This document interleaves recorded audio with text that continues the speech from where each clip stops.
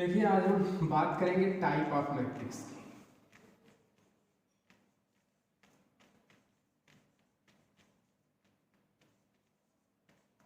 Type of matrix में condition सबसे पहले आती है। टाइप ऑफ मैट्रिक्स में सबसे पहली मैट्रिक्स का जो फॉर्मेशन होता है वो क्या है, रो और कॉलम से होता है। तो यहाँ पर पहले टाइप ऑफ मैट्रिक्स में रो मैट्रिक्स एक कंडीशन है।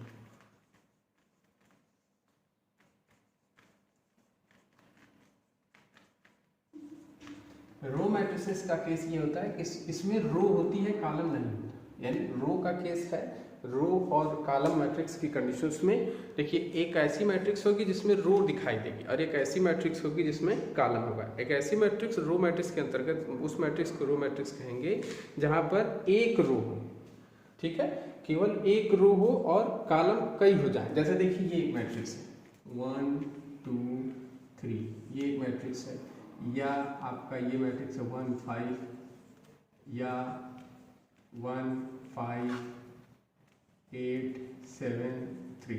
ये इस टाइप की मैट्रिक्स को रो मैट्रिक्स कहा जाता है। यहाँ पर मैट्रिक्स को रो इसलिए कहेंगे क्योंकि इनका आर्डर जब भी लिखेंगे तो इसका आर्डर होगा 1 into 3, इसका आर्डर 1 into 2, इसका आर्डर 1 into 5।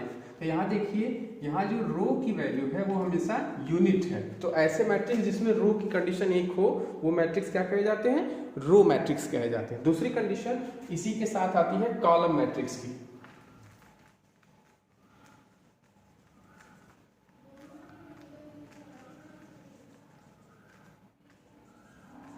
कॉलम मैट्रिक्स की कंडीशन क्या है कि यहाँ पर जैसे यहाँ पर क्या था, रो यूनिट था, वहां पे क्या हो जाएगा, कॉलम यूनिट हो। जैसे देखिए 2 7 -3 5 4 6 8 7 5. These are the column matrix because in this case the number of column is unit. So its order is 3 into 1. Its order is 2 into 1 and its order is 4 into 1. In this case here is value of column is always in unit condition, so it is a column matrix. And next condition, the zero matrix.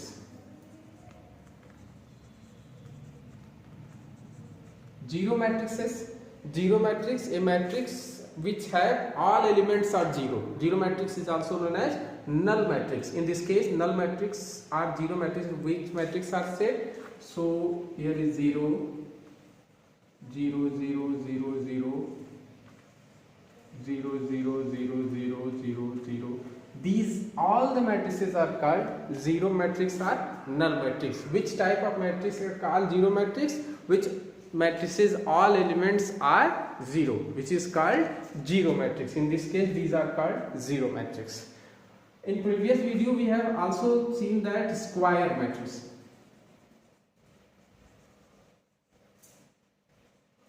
Square matrices क्या होता है, ऐसे matrices जिनमें रो और column की value क्या हो, equal. जैसे देखिए ये एक मैट्रिक्स है, इसमें रो और कॉलम की वैल्यू इक्वल है, 1 रो है 1 कॉलम है। इसमें देखिए 2 रो है 2 कॉलम।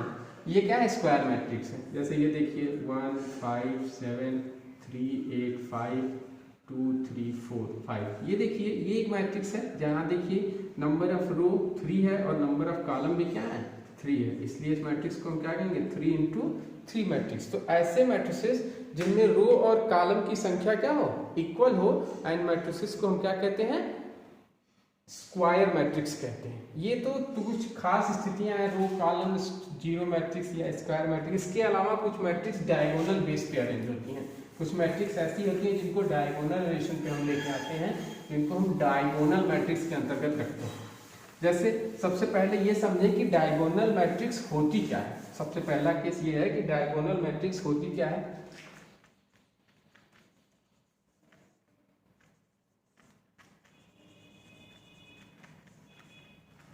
डायगोनल मैट्रिक्स, ऐसी मैट्रिक्स को डायगोनल मैट्रिक्स की कंडीशन पे रखा जाता है जिसके डायगोनल के एलिमेंट्स को छोड़कर सारे एलिमेंट्स और बचे हुए एलिमेंट्स जीरो हो जाएं।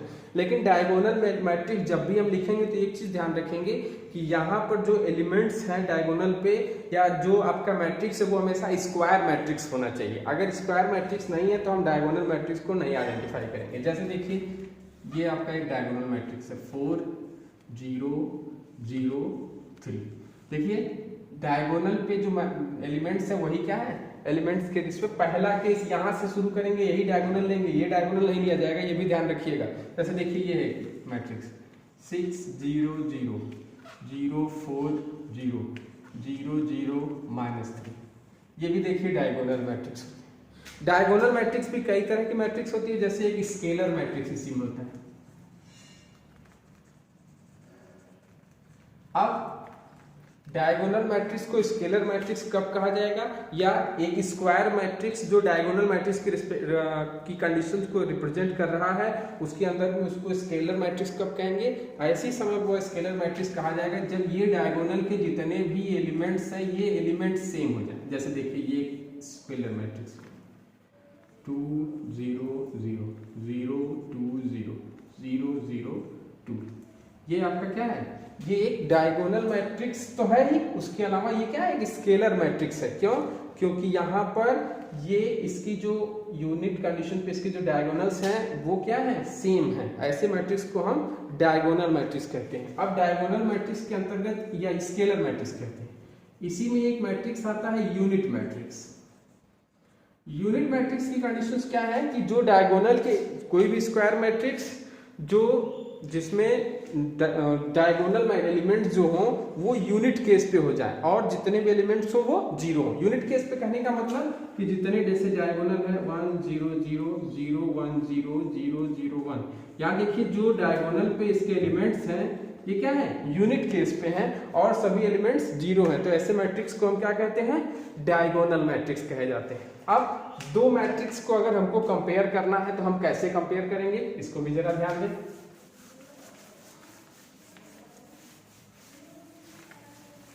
जैसे दो मैट्रिक्स हमको मिल गया, हमको उसको कंपेयर करना है, या दो मैट्रिक्स हैं ए और बी, मान लीजिए ए और बी दो मैट्रिक्स हैं। अब ये दोनों कंपेरेबल कब कहे जाएंगे, जब ए के सभी एलिमेंट्स बी के सभी एलिमेंट्स के इक्वल हो। जैसे देखिए, जैसे एक ए है एक मैट्रिक्स, अब ये जैसे 2 4 8 5 3 2, बी दूसरा मैट्रिक्स है जिसमें एलिमेंट है 4 5 6 8 9 5। अब ये देखिए ये दोनों मैट्रिक्स तभी इक्वल कहे जाएंगे जब इनमें एलिमेंट्स की संख्या इक्वल। जैसे देखिए इसमें भी ये भी क्या है, आर्डर इसका 2 into 3 है, इसका भी आर्डर क्या है 2 into सेम आर्डर है, इसलिए क्या है ये दोनों इक्वल मैट्रिक्स कहे जाएंगे।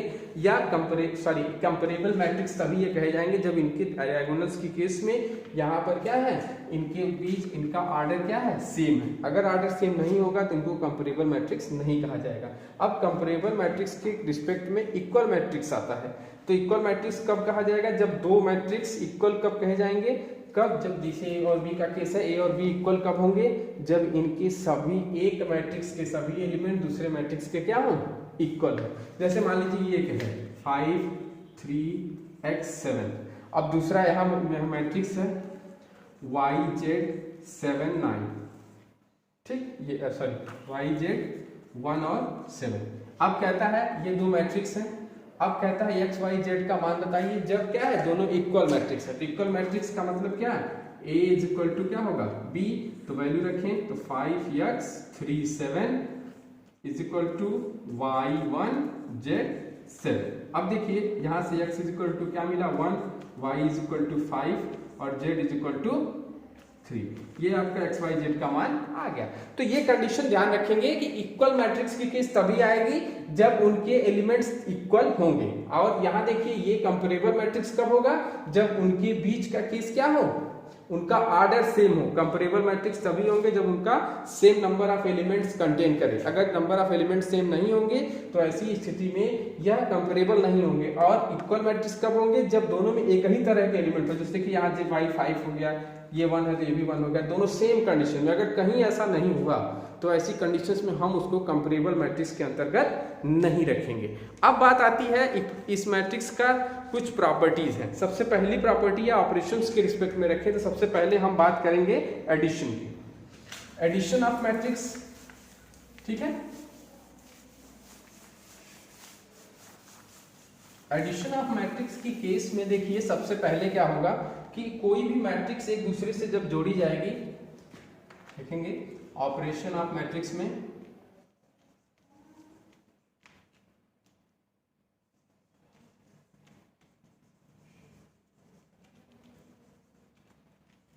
सबसे पहले एडिशन।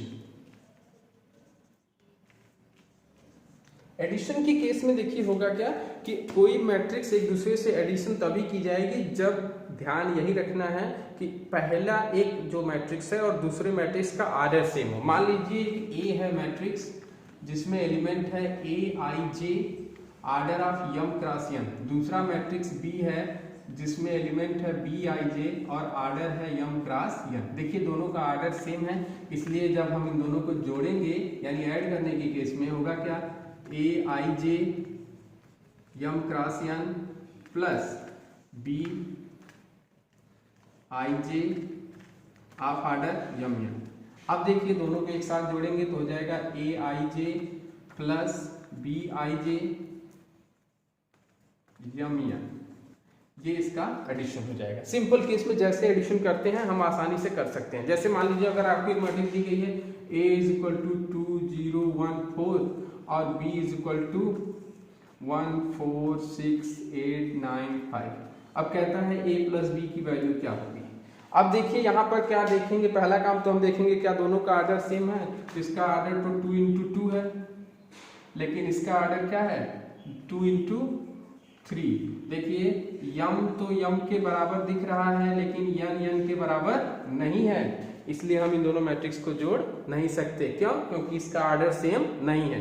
अब जैसे मान लीजिए एक मैट्रिक्स ये है a इज इक्वल टू 5 0 -2 3 2 7 और b दूसरा मैट्रिक्स है 4 -1 -3 0 6 -4 -6 4। अब देखिए इसको कहता है a प्लस बी की वैल्यू निकालिए। तो a प्लस बी की वैल्यू निकालना है तो सीधा केस है कि इसका आर्डर पहले देखेंगे तो इसका आर्डर 2 इंटू 3 है, इसका भी आर्डर 2 इंटू 3 है, दोनों का आर्डर सेम है। इसका मतलब दोनों मैट्रिक्स एक दूसरे से जुड़ जाएंगी। तो कहा हमने कैसे, इसका सेम कंडीशंस पे जुड़ेगा तो 5 में 4 जुड़ेगा तो 9 0 -3 -3 -2 -6 -8 3 -1 2 2 0 2 7 4 11। ये आपका a प्लस बी का मान आ जाएगा। ठीक है। अब देखिए हम चाहे a में b को जोड़े चाहे b में a को जोड़े, दोनों की वैल्यू